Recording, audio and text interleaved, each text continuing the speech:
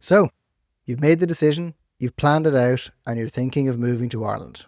Before you do that, I want you to stop and listen to me. First and foremost, my name is Andrew Rhatigan, and I'm Irish. I live in Ireland, born and raised. But I also have a unique skill in that I source property for people. I have a property sourcing agency that guides people in your very position to understand the nuances of this wonderful country of ours. Now, don't get me wrong. I'm excited that you're moving. I'm going to imagine all the thoughts running through your head as to what is going to unfold when you get on that plane, get on that boat, however you decide to get to this lovely country of ours. Let me tell you why I love this country you're planning on coming to. Ireland has the 3 L's: lifestyle, language, and location. From a lifestyle point of view, throw everything you think you know about Ireland out the window. Because if you've come here for a holiday or a brief visit for work, it's going to be totally different when you live here. One of the things that people notice when they come here is there's an accessibility to this country that you can immerse yourself and integrate with the local community. And that's something I love. Give me 10 minutes and I can connect you with anyone you want to meet in Ireland. That's a unique feature that we can take for granted as Irish people, but it's very important for you to be aware of because that can really enhance how you live here, if you understand it. The location, second to none. Why do I say that? Because if you're based in the States, or any other country for that matter, there's generally a rigmarole about getting to other areas of the world. In Ireland, you are actually on the cusp of Europe. You have airlines that offer cheap fares to be able to bring you to Spain, France, any of the other myriad of countries that are around Europe, and it's all at your disposal. You can choose to go on a whim for a weekend break, and it doesn't need to be a big event. Thirdly is language.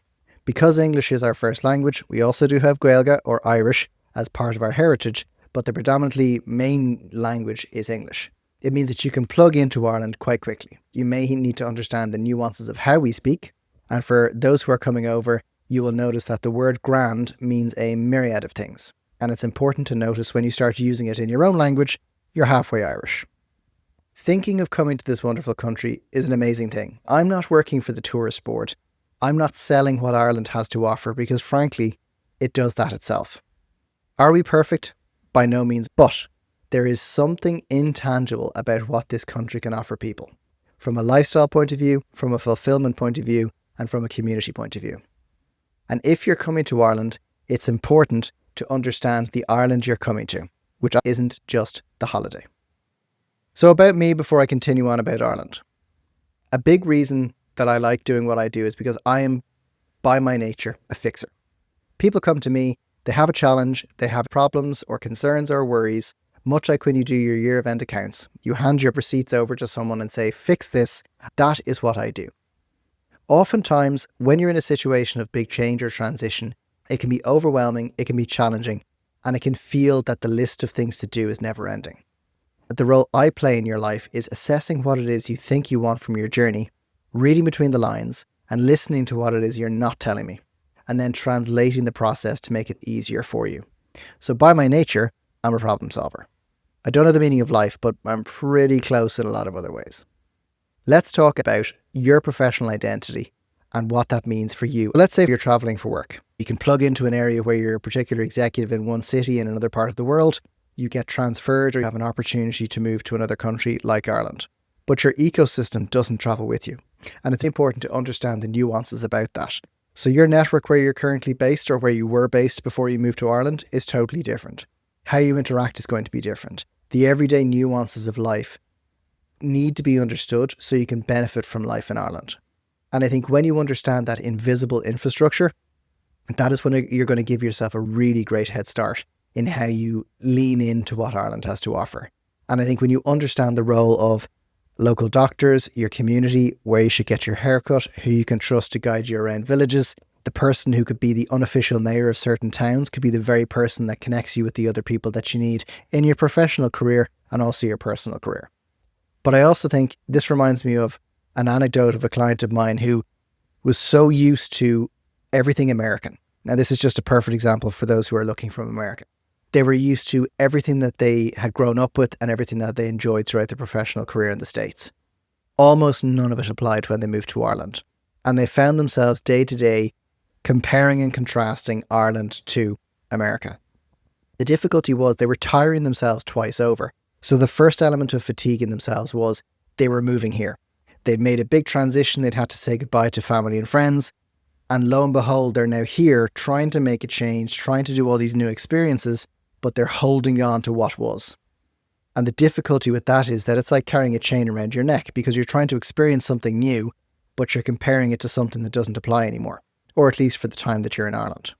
And it can be tiring when you're here. And this particular gentleman, every part of his experience in Ireland was compared to America. And the shouldas, the not like this at home, it's not like this here, how come you don't do this, was probably frustrating them tenfold, because they were wishing something that wasn't in existence where they were.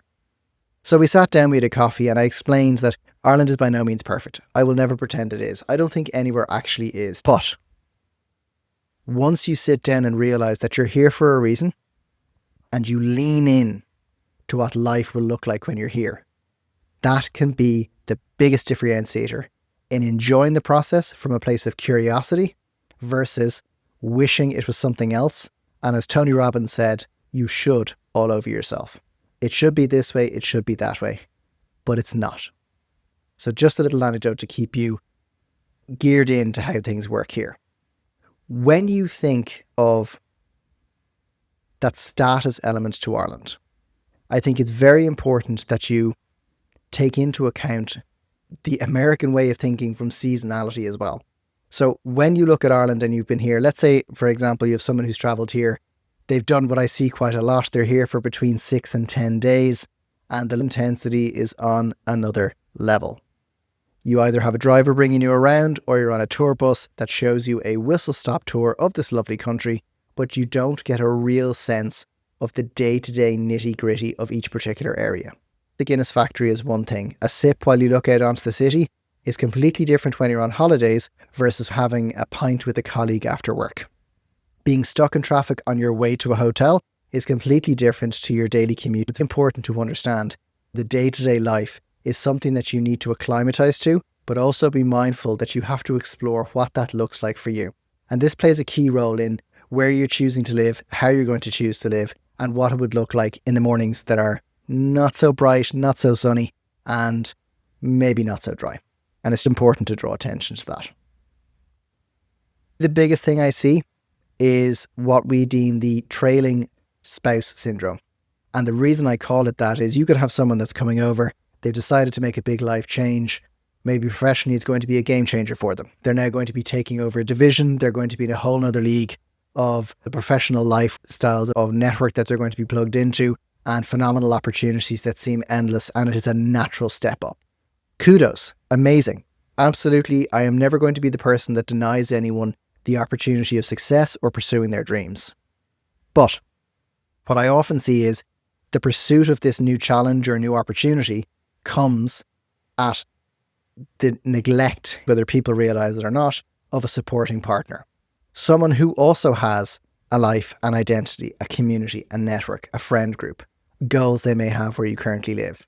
And it's very important when you're coming over to acknowledge those transitional challenges and also understanding how you can make it easier for them to acclimatise. If you're spending time travelling to and from different cities, you're plugging into an infrastructure with work where they give you your business cards, they do whatever needs to be done, and you're hitting the ground running, you might have someone left behind to understand which local shop is going to suit their needs. Where's the local tennis club? The pecking order to get into the golf club.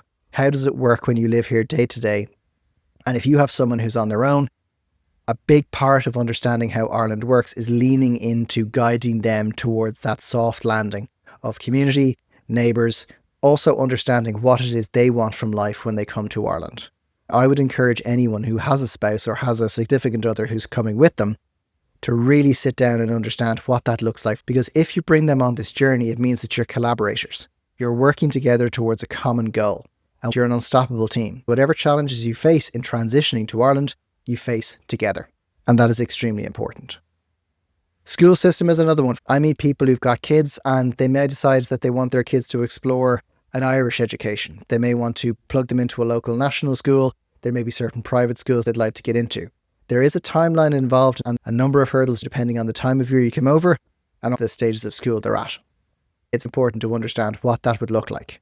If you are going to be buying or renting in certain locations, put first and foremost what it is you want from your day-to-day life. When I'm putting together a list with people, I often say, What's your must-have? So if your must-have is an education-first attitude, then that means you're going to be plugging yourself into an education-centric location, leading with education first. If it's reducing your commute and education is secondary, that might limit the schools you're going to be able to go to. But it's important to understand the educational landscape in Ireland and what that looks like for you.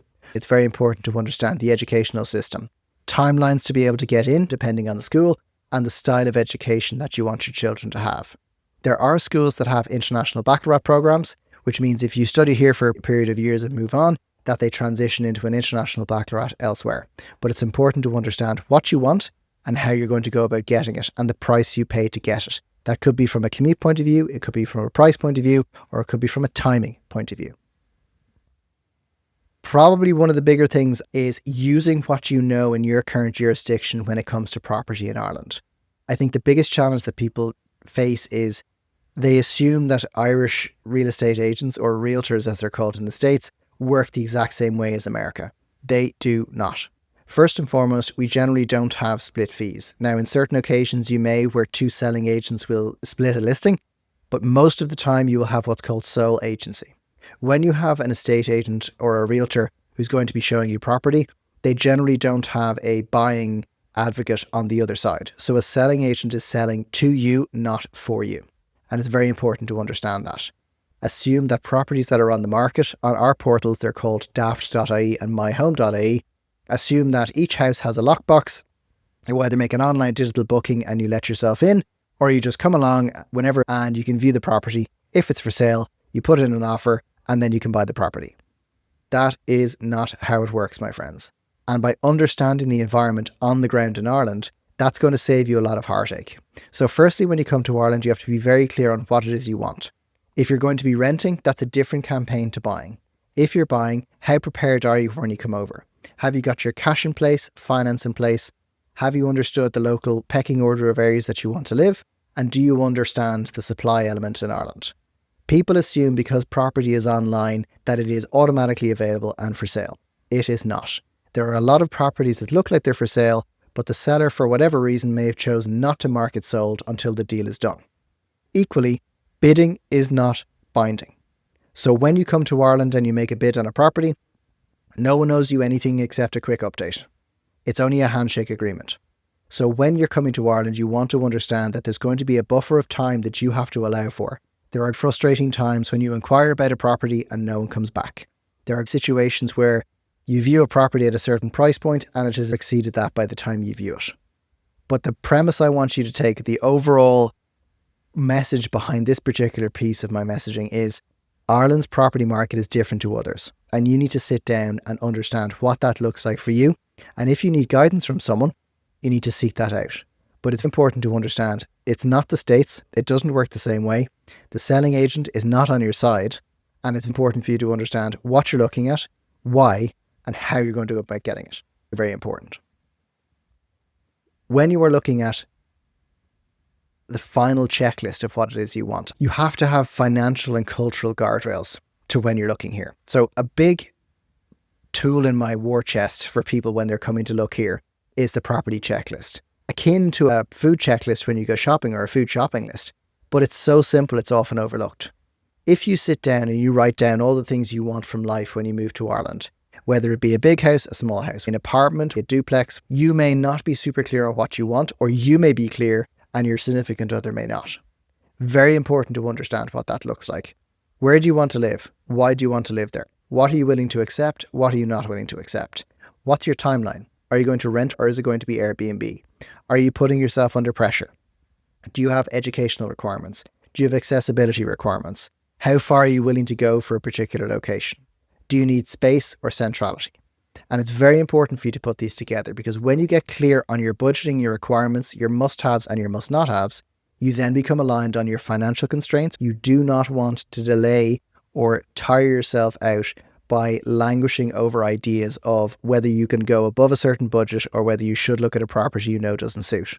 Step in quickly, step away quickly, because it means you're not expending energy unnecessarily. And it's very important to get clear on what you want. And a property checklist is not sexy, but it is the most effective tool you can have. And if you're watching this video and you'd like us to send you a property checklist, just touch base at andrew@orre.ie and we'd be happy to send it on.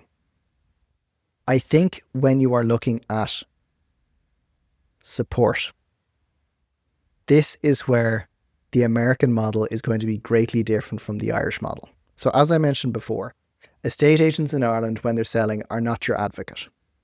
And we do not have as many buying agents in Ireland as you do in the States. But a couple of differentiators for you to realise and you to understand now, it's important for you to understand that you need an advocate on your side.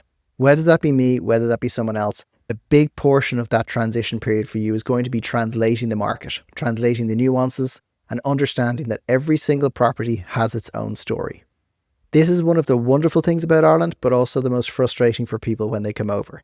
It can be maddening to look at property online and then you find that a property 3 doors up from the property you initially liked was either less expensive or more expensive because every property has its own story. And my job is to help you translate that.